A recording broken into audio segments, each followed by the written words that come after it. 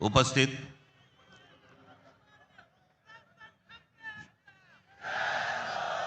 शिवसेनेचे पक्षप्रमुख उद्धव ठाकरे,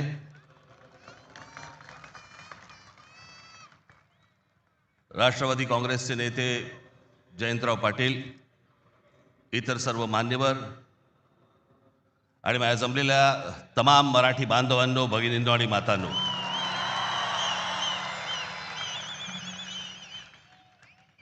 खरं तर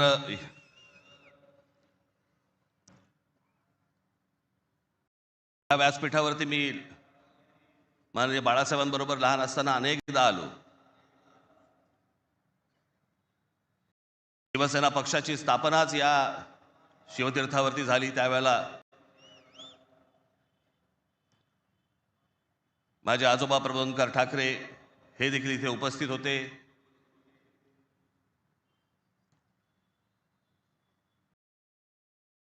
माझे वडील श्रीकांत ठाकरे हे देखील उपस्थित होते.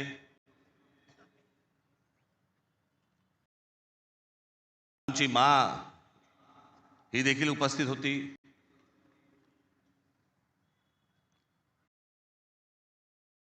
आज या क्षणाला हे दोन भाऊ एकत्र आल्यानंतर आम्ही आज माझे आजोबा प्रबोधनकार ठाकरे, माननीय बाळासाहेब ठाकरे, माझे वडील श्रीकांत ठाकरे आणि आमच्या माँ आज खरं तर इथे हजर असायला पाहिजे होत्या. हे सगळं चित्र पुन्हा एकदा मराठी बांधवांसाठी, मराठी माणसांसाठी, मुंबईसाठी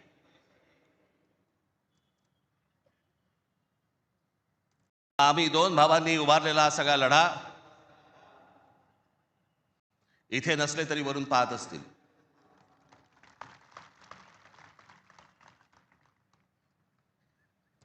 आज बऱ्याच गोष्टी मी आपल्यासाठी जरा थोडंसं घेऊन आलोय. जाताना पोट भरून जा.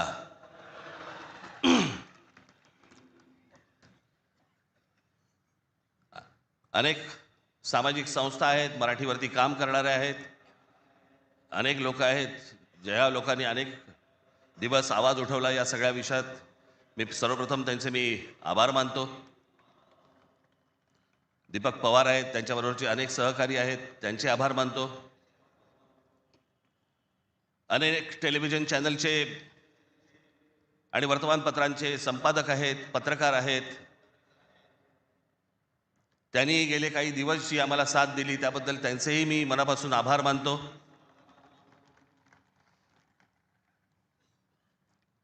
खरं तर मी 20 वर्षानंतर पहिल्यांदा युती करतोय.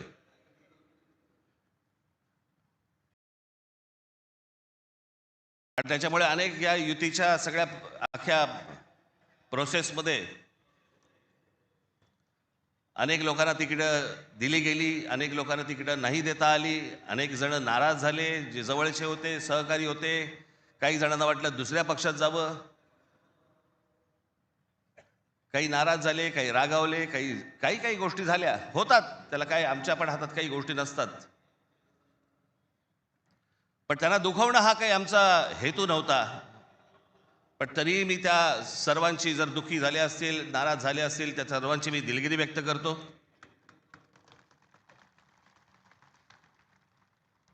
आपलेच आहेत, परत येतील. कारण जे आत्ता आहेत तेच कुठे जातील माहीत नाही. त्याच्यामुळे ते गेलेले आहेत ते येतीलच परत.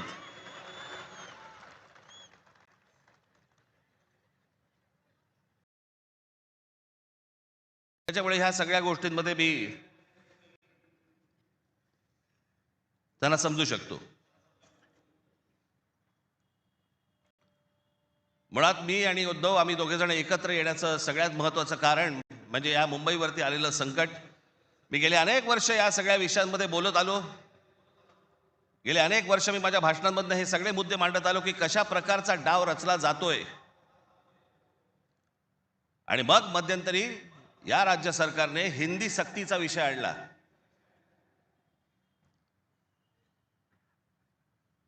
आणि त्यावेळेला मग मीही कडाडलो, उद्धवही कडाडला. आणि त्या सगळ्या याच्यामध्ये त्याच्या अगोदरच माझी एक मुलाखत झाली आणि त्याच्यामध्ये मी सांगितलं होतं की कुठच्याही वादापेक्षा आणि कुठच्याही भांडणापेक्षा महाराष्ट्र मोठा आहे.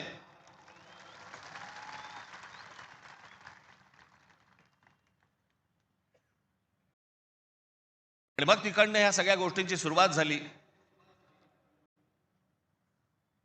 ते हिंदी सक्तीचा जो विषय होता तो फक्त तुम्हाला चाचपडून बघण्याचा होता.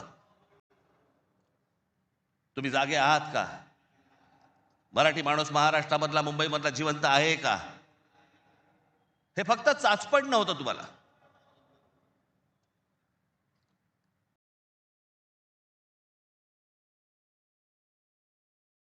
(2024) याच्यानंतर या विधानसभा निवडणुकांनंतर या सरकारला काय फेफराला माहित नाही. जे हवं वाटेल ते मनाला काय जे हवं ते करायला लागले. आली कुठून हिंमत?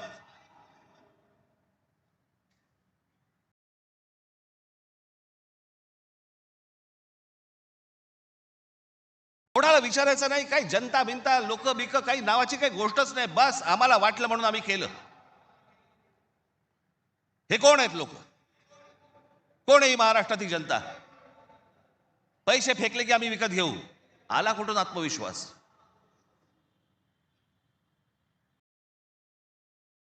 इतकी वर्ष मी आता राजकारण बघतोय. काँग्रेसची लोक सत्तेवरती होती, अनेक लोक सत्तेवरती होते, परंतु ते लोकांना घाबरून असायचे, जनतेला घाबरून असायचे. आता घाबरणं बिबरणं काहीच नाही. गृहीत धरून टाकलं तुम्हाला. कुठून येतात मतं ह्यांच्याकडे, कशी येतात, काय येतात, याचा लढा तर बाकीच्या ठिकाणी सगळ्या ठिकाणी सुरूच आहे. ते बोगस वोटर आणि ते ईव्हीएम मशीन पासून सगळ्या गोष्टी सुरू आहेत. पण ह्याच्यामध्ये सगळ्यात महत्वाची गोष्ट बघा, आता उद्दामपणा कुठपर्यंत गेला यांचा. अकोटमध्ये भाजपने एमआयएमशी युती केली. बदलापूरमध्ये भाजपने काँग्रेस बरोबर युती केली.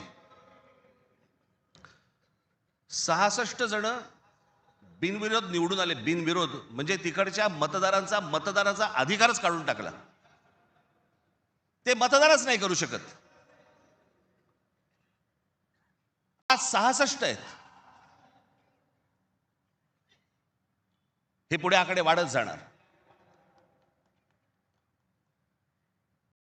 मला कळलंय की काय प्रकारचे आपण कशा प्रकारे लोकांना विकत घेऊ शकतो. वाईट या गोष्टीचं वाटतं विकले जातात.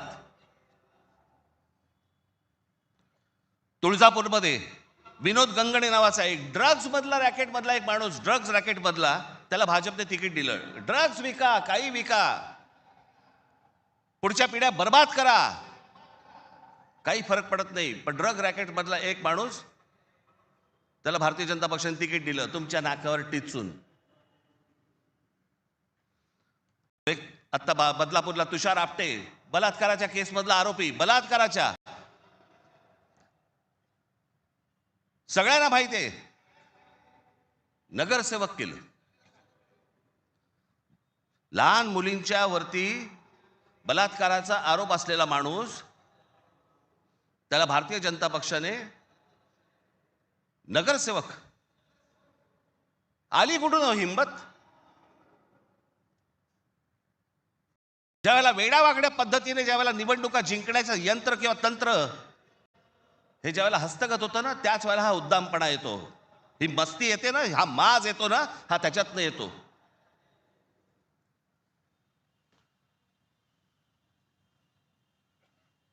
अख्खी मुंबई विकायला काढली, अख्खा महाराष्ट्र विकायला काढला, अख्खा देश विकायला काढला.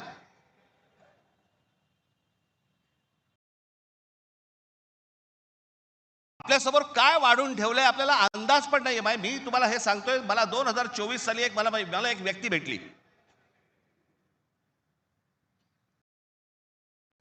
लोकसभेच्या निवडणुका झाल्यानंतरची गोष्ट सांगतोय. आणि त्यांनी मला जी माहिती दिली आणि ती माहिती दिल्यानंतर माझे सगळे लोक, माझे काय रिसर्च टीम सगळी जी काही कामाला लागली, जे काही झालंय ते आज मी तुम्हाला इथे दाखवणार आहे.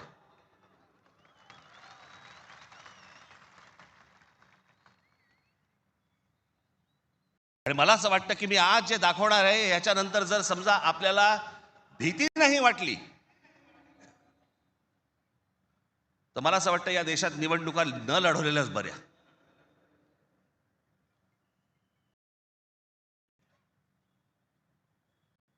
म्हणजे आता साधी गोष्ट, तुम्ही फक्त तुम्हाला 2014 नरेंद्र मोदी पंतप्रधान झाले त्या वेळेला, हे मला आता 24च्या नंतर आता हे पुढे सगळं समजायला लागलं. या गेल्या वर्षी 24 नाही, हो 24 नंतर साधारणपणे विधानसभा निवडणुकांच्या आसपास मला या सगळ्या गोष्टी आमच्या रिसर्च टीम मध्ये यायला लागल्यावरती मला धक्का बसायला लागला. आपण असे बघतच नाही कधी, आपण डोळे झाक करत बसतो आणि नक्की काय खणलं जात आहे आपल्या खालून आणि आपल्याला माहितीच नाही. याचं कारण अनेक हिंदी इंग्रजी टेलिव्हिजन चॅनल सगळं सगळं ब्लॉक करून टाकलंय. कोणी काय तुम्हाला दाखवणार पण नाही. दाखवलं की वरनं फोन येतो, वरनं दट्ट्या येतो, जाहिराती बंद करून टाकू. मी आता फक्त एक पहिला मॅप मी तुम्हाला भारताचा दाखवतो, 2014चा. दाखवा रे.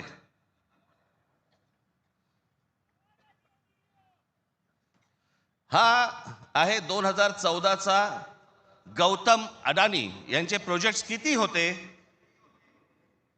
हे तुम्हाला दाखवणार आहे. 2014ला पंतप्रधान नरेंद्र मोदी पंतप्रधान व्हायच्या अगोदर गौतम अडानी कुठे होते आणि आता पुढचं फक्त बघत राहा की आता 2024-25ला गौतम अडानी आता कुठे आहेत. फक्त सरकारच्या आशीर्वादाने. आणि तुम्हाला जर नाही धक्का बसला तर मला सांगा जरा, दाखवा.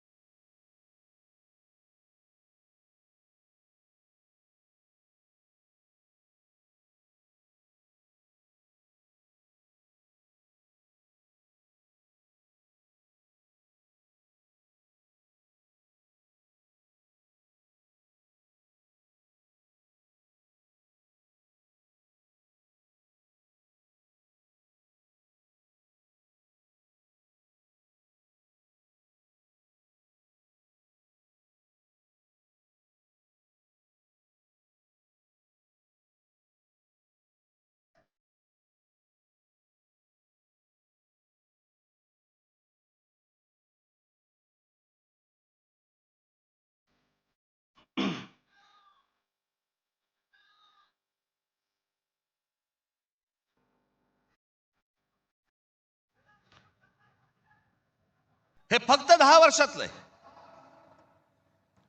जगामध्ये असा एकही माणूस नसेल जो 10 वर्षामध्ये इतका श्रीमंत झाला.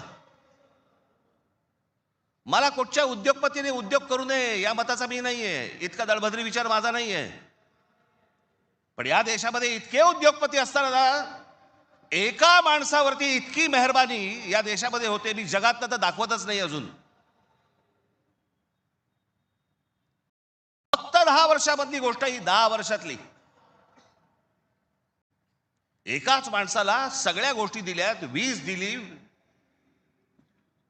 सिमेंट बनवण्याच्या उद्योगामध्ये गौतम अडाणी हा माणूस कधी नव्हताच 2014च्या अगोदर. आज देशातला 2 नंबरचा सिमेंटचा व्यापारी येतो. त्या माणसाने समजा उद्या वीज बंद केली, आम्ही अंधारात. सिमेंट महाग केलं, काही बोलू शकणार नाही. सगळी पोर्ट्स खालपासून वरपर्यंत सगळी पोर्ट्स अदानीना, सगळी विमानतळं अदानीना. महाराष्ट्रात काय परिस्थिती एकदा बघा, महाराष्ट्राचा फक्त एकदा दाखवा.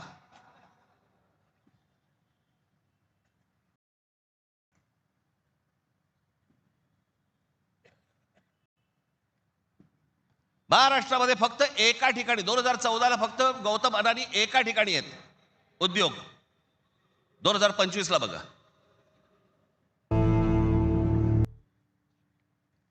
ही महाराष्ट्राची स्थिती. आणि मी जे सतत सांगतो ना, हा जो MMR रिजन मुंबई, या मुंबईवरती मी आता फक्त तुम्हाला वाचून दाखवणार आहे. या फक्त MMR रिजन मध्ये काय फक्त केलंय तेवढं फक्त बघून घ्या. मुंबई महानगर क्षेत्रात अदानी 29 जून 2018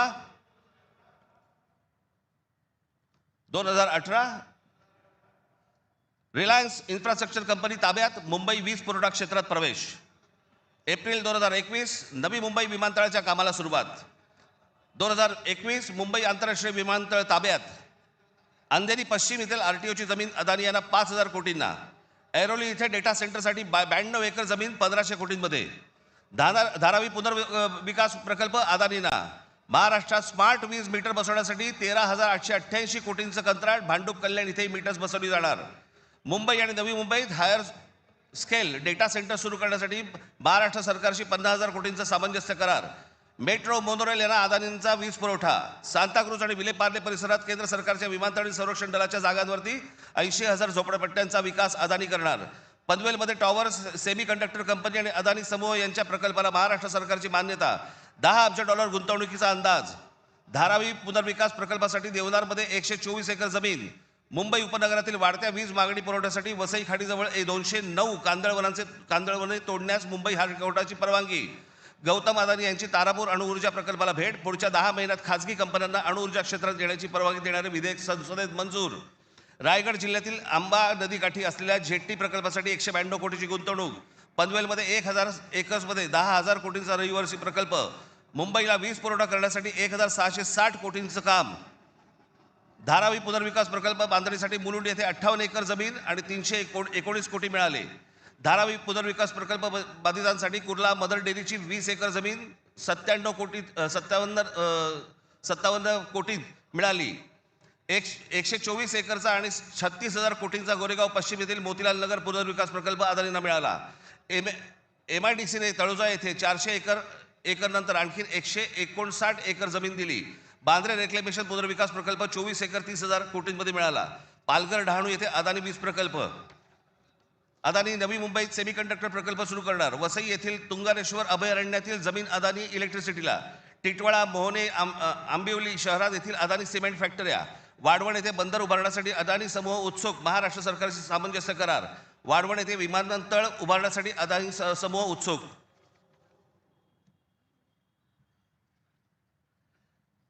हे मी तुम्हाला सांगतोय ना, हे कशा प्रकारे तुम्हाला आवडलं जातंय याचा काही आपल्याला अंदाज, आपल्याला कळतंय हे काय चाललंय.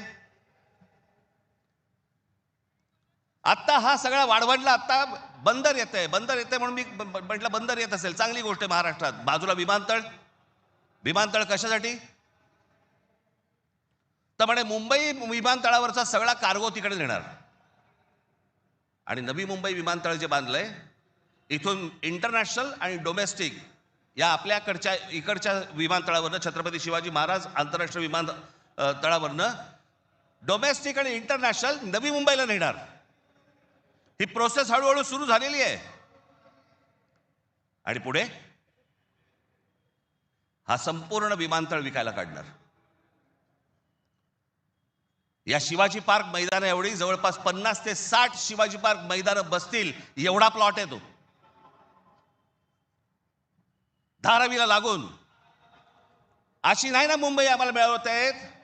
आम्ही बदा पैसे ओततो, जमिनी विकत घेतो, जमिनी सगळ्या काढून घेतो आणि इकडच्यांचं काय घेऊन बसलोय आपण? या सरकारमध्ये बसलेत त्यांचं ते काहीतरी करू शकतात का? काहीच नाही करू शकत. मी मागे एक उदाहरण दिलं होतं ना, बादशाच्या हातावरचा ससाणा असतो नाही का, जो ससाणा पक्ष्यांनाच मारून आणतो. स्वतः पक्षी आहे पण तो पक्ष्यांनाच मारून आणतो. पु ल देशपांडेचं एक फार छान वाक्य आहे की स्वकीयांचा घात करणारी औलाद ही काय फक्त पक्षांमध्ये नसते, मला तर आता कळले राजकीय पक्षांमध्ये आली आहे.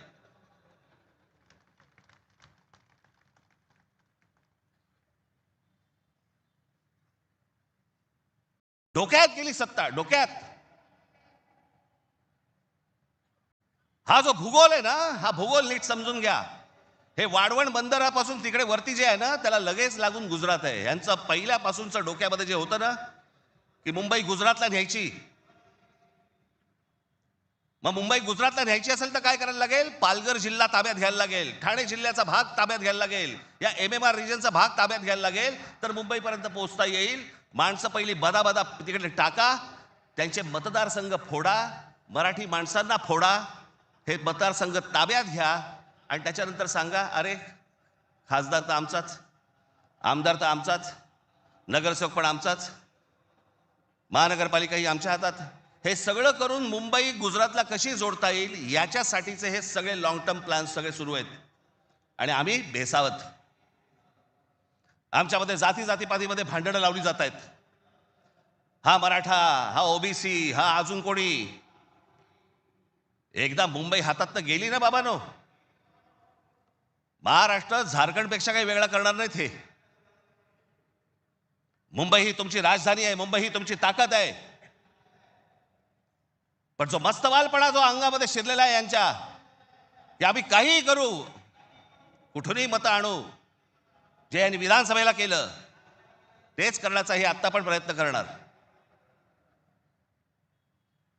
आमच्यावरती भ्रष्टाचाराचे आरोप करतायत. काय बोलताय काय तुम्ही? देवेंद्र फडणवीस ज्यावेळेला मुख्यमंत्री होते त्यावेळेला यांनी छगन भुजबळांना जेलमध्ये टाकलं होतं, हो की नाही? आता मांडीला मांडी लावून बसलेत.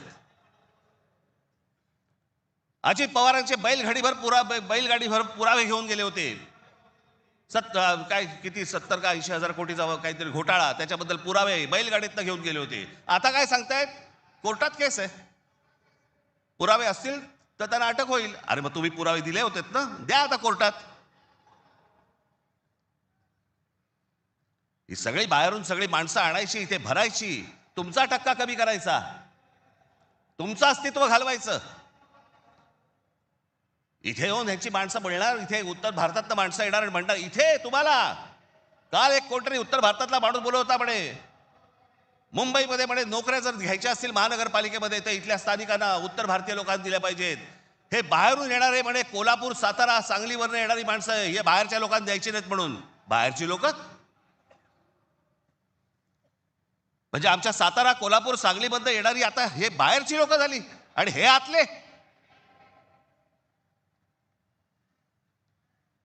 शंकर सिंग सारखा माणूस यांचा नेता भारतीय जनता पक्षाचा, तो म्हणतो काय उत्तर भारतीय महापौर करू.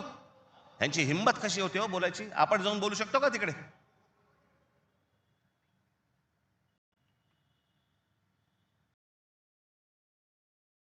याचं कारण तुम्ही एकत्र येऊच नाही याच्यासाठीचा बंदोबस्त यांनी केलेला आहे. म्हणून काय करायचं? पैसे टाका, माणसं फोडा. यांचं मुंबईवरचं लक्ष उडालं पाहिजे, महाराष्ट्रावरचं लक्ष उडालं पाहिजे. हे मराठी म्हणून कधी एकत्र येताच कामा नयेत. आणि मग आपल्याला जे साध्य करायचंय,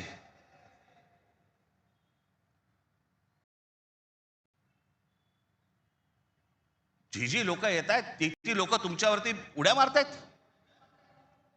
वाटेल ते बोलतायत तुम्हाला. मुंबईमध्ये, महाराष्ट्रामध्ये तुम्हाला घरं नाकारली जात आहेत. काल परवाकडे कोणतरी एक तामिळनाडू मधून रसमलाई आली होती.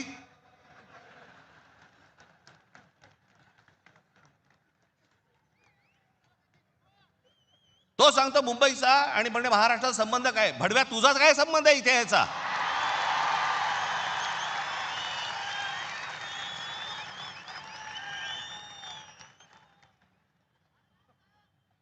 यांच्यासाठीच माननीय बाळासाहेब बोलले होते, हटाव लुंगी आणि बजाव पुंगी.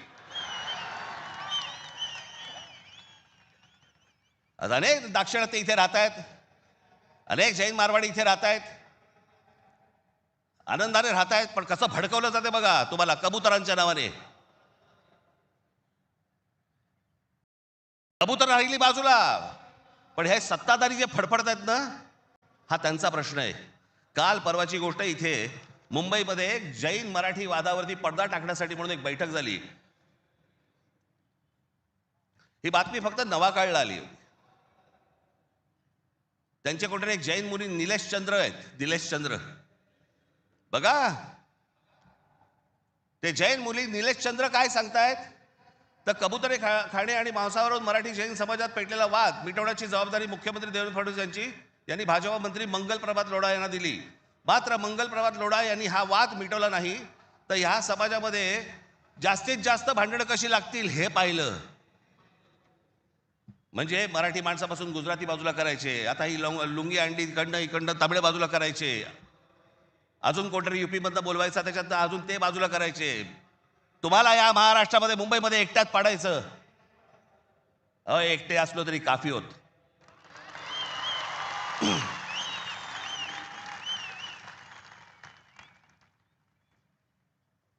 नको त्या वादात जाऊ नका. आमच्या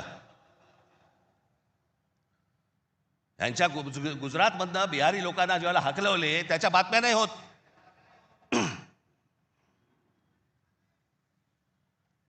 त्याने बिहारी लोकांना तिकडनं हकलवले, जवळपास 10 का 20 हजार लोकांना हकलून दिले बिहारमधनं. भारतीय जनता पक्षाने त्याला तिकीट दिलं, निवडणुकीचं तिकीट दिलं. आणि हे वाद फक्त तुमच्यासाठी, आमच्यासाठी इथे फक्त करून ठेवतायत. गेले अनेक वर्ष सांगतोय तुम्हाला, हे सगळं हे जे मुद्दामून जे चालू आहे, तुमचं अस्तित्व नष्ट करण्यासाठी हे सगळं सुरू आहे. आज ही मुंबई हातामध्ये गेली. मुंबई का पाहिजे हातात? आज केंद्रामध्ये यांची सत्ता, राज्यामध्ये यांची सत्ता, पण उद्या मुंबईमध्ये, ठाण्यामध्ये, कल्याण डोंबिवलीमध्ये, आमच्या MMR रिजनमध्ये उद्या ह्यांना जर काही करायचं असेल, महानगरपालिकेची परवानगी लागेल. आणि महानगरपालिका जर आपल्या हातात असतील, हे जमिनी विकून देऊ शकत नाहीत, हे अदानीला जमीन देऊ शकत नाहीत.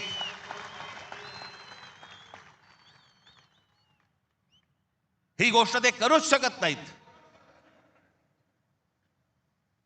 हा धोका काय होता ना बाबांनो, मी फक्त वेळ कमी आहे, परंतु मी आपल्याला एक धोका, हा किती वर्षांपूर्वी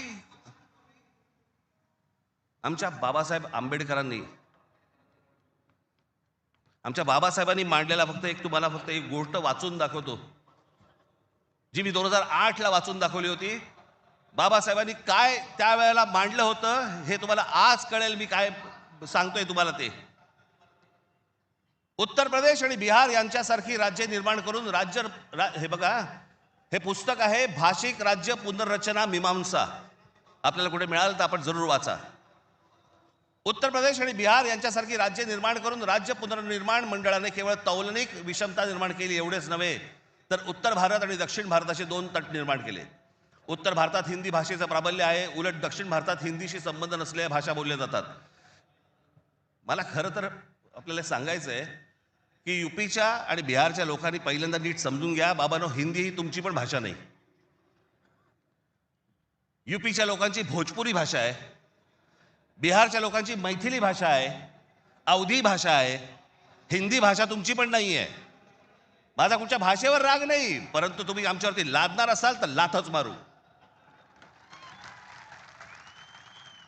हिंदी भाषिकांची संख्या किती मोठी आहे याची बहुतेक कोणालाही दखल नाही. भारताच्या एकूण लोकसंख्येच्या 48% लोकसंख्या ही हिंदी भाषिक म्हणजे त्या भागाची आहे.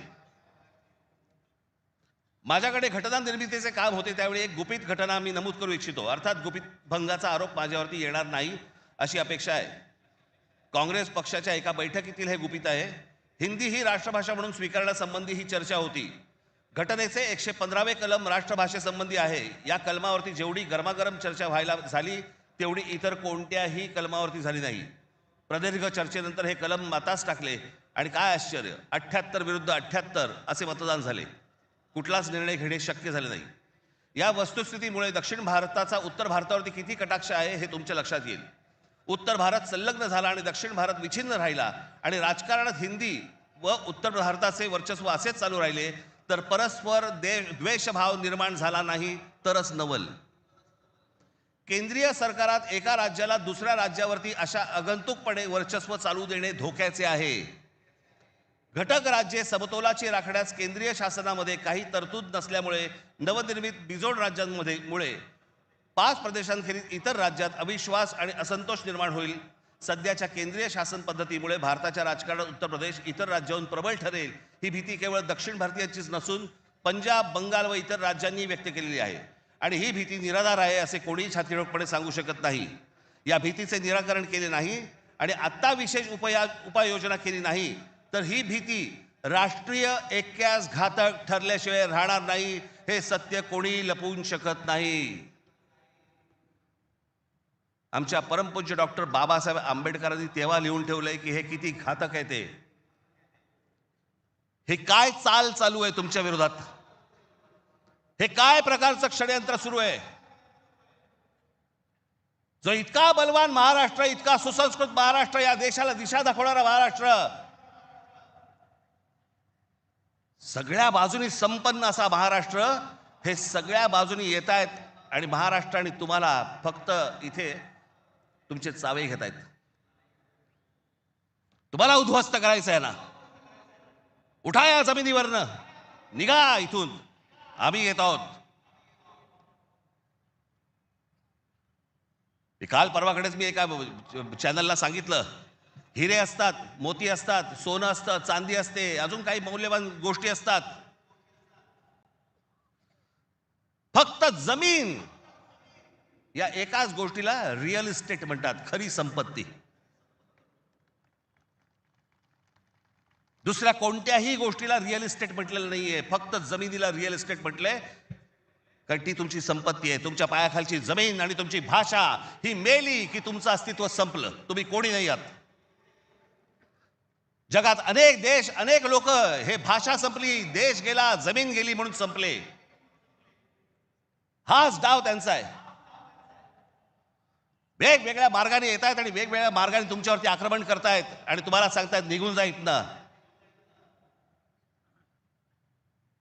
संयुक्त महाराष्ट्राच्या वेळेला देखील विरोध करणारे या मुंबईमधले अनेक धनिकच होते, गुजराती होते पण धनिक होते. आज पण तेच चालू. आणि आज हे संकट त्यावेळेला इतकं नव्हतं, पण आज खरं तर तुमच्या उंबरठ्यावरून वरती येऊन उभं आहे. कधी तुमच्या दरवाजावरती टकटक होईल तुम्हाला पण कळणार नाही. कधी तुम्हाला इथनं बाहेर काढतील तुम्हाला कळणार पण नाही. आज मुंबई, उद्या ठाणा, कल्याण, डोंबिवली, सगळे सगळे भाग, उद्या पुणा, नाशिक, जे जे चांगलं आहे, आज कोकणपट्टी अख्खी रिकामी करतायत. जमिनीच्या जमिनी विकत घेतल्या जात आहेत. मी त्यावेळेला त्या बुलेट ट्रेनला विरोध केला होता. आजही माझा विरोधच आहे. कुठे चालली आहे बुलेट ट्रेन? बुलेट ट्रेन फक्त बघा, ही बुलेट ट्रेनचं स्टेशन, शेवटचं स्टेशन गुजरातमध्ये चाललंय, जिकडे गिफ्ट सिटी उभी केली आहे. Gift city. Ahmedabad bullet train station पासून 90 किलोमीटरवर ढोलेरा नावाचं एक पूर्ण नवीन शहर बसवलं जाते. ढोलेरा नावाचं एक पूर्ण नवीन, हे शहर 903 स्क्वेअर किलोमीटरचं आहे, म्हणजे मुंबईपेक्षा 1.5 मोठं. आणि तिथे वेदांत आणि फॉक्सकॉनची 1.5 लाख करोडची सेमी कंडक्टर प्रोजेक्ट्स येत आहेत. अहो, आपल्याला समजत पण नाही हे काय चालू आहेत नक्की. ह्यांचे कुठून रूळ चालले आहेत आणि कुठून गाड्या चालल्या आहेत आणि कुठून यांचे मार्ग सुरू आहेत. आणि काय घेऊन जायचंय ह्यांना आणि काय आणायचंय इथे, काय भरायचंय, एकदा जाऊन बघा हो. वसई विरार पासून सगळ्या गोष्टी बघा, कसे कसे भर देत आहेत, कसे भर देत आहेत. तुम्हाला घरं नाकारणार, ह्यांना सगळ्यांना घरं मिळणार. तिकडनं बाहेरच्या राज्यातनं गुजरातमध्ये येणार, ह्यांना घरं मिळणार, तुम्हाला नाकारणार. तुम्हीच नसाल, तुमचंच अस्तित्व नसेल, काय चाटायची आहे महानगरपालिका?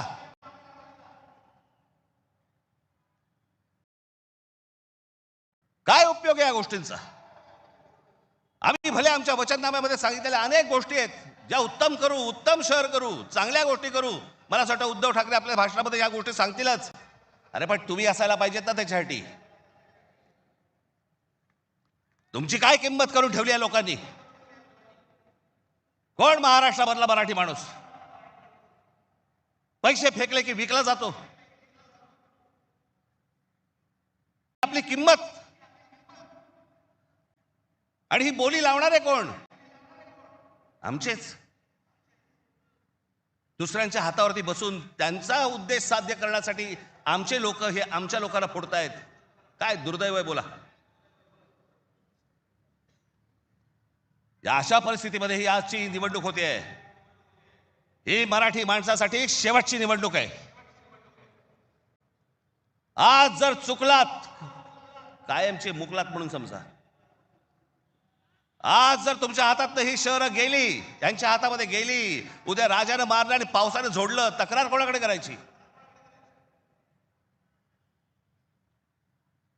आज इतर राजकीय पक्षांमधले पण जे मराठी लोक आहेत, माझं त्यांनाही आव्हान आहे, सोडा ते सगळं.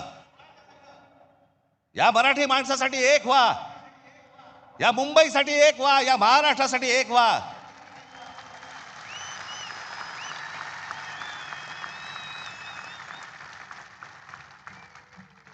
ज्या इतक्या वर्षांच्या परंपरेने, इतक्या लोकांच्या तपश्चर्याने ही मुंबई महाराष्ट्राला मिळाली. 107 आमचे हुतात्मे गेले. उद्या मुंबई गेली तर त्या पुतळ्यानंतर काय अर्थ उरतो? आणि पुतळे काय म्हणतील ते? आमचा मराठी माणूस बेसावध राहिला आणि म्हणून आम्ही मिळवलेली मुंबई आम्हाला गमवावी लागली. आज तुमच्या समोर ही सोन्यासारखी संधी आलेली आहे. आम्हाला सत्ता काय, सत्याचं काय करू? सत्तेशिवाय पण आज पण लाथा मारल्यात ना. अनेक अंगावर आले, त्यांना तुडवलेच ना. पण तुम्हाला ह्यांचा मास, या सगळ्या लोकांचा, सत्ताधाऱ्यांचा तुम्हाला उतरवायचा या निवडणुकीमध्ये. कुठेही बेसावध राहू नका. माझी आपल्याला सगळ्यांना एक फक्त सांगणं आहे, हे ईव्हीएम मशीनवरती लक्ष ठेवा.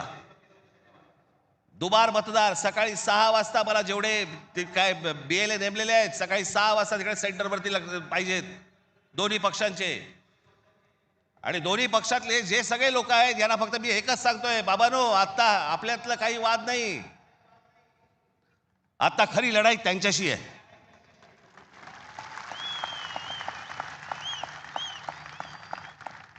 आपण भांडत राहावं हेच त्यांना पाहिजे.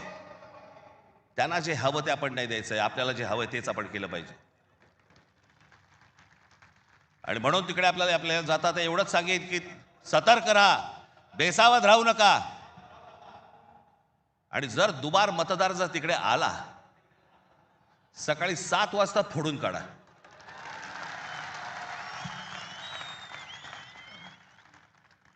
ही मुंबई राहावी, हे महाराष्ट्र राहावं, राज्य राहावं, हे मराठी माणसाच्या हातात राहावं, तुमच्या हक्काचं असावं, तुमचंच आहे ते. आणि मला असं वाटतं की जो लढा आजपर्यंत मराठा साम्राज्याने दिला, तो लढा आज तुम्हाला, आज सगळ्यांना, तुम्हाला, आम्हाला सगळ्यांना करायचा आहे. हा महाराष्ट्र वाचवायचा आहे, महाराष्ट्र समृद्ध करायचा आहे, ही आपली शहरं समृद्ध करायची आहेत, ही मुंबई आपल्याला वाचवायची आहे. ही मुंबई कदापि आपल्याला कुठेही गुजरातला राहून द्यायची नाहीये. या सगळ्या गोष्टींसाठी आपण सगळेजण कामाला लागाल अशी एक आशा अपेक्षा बाळगतो आणि आपणा सर्वांची मी रजा घेतो. धन्यवाद. जय हिंद, जय महाराष्ट्र.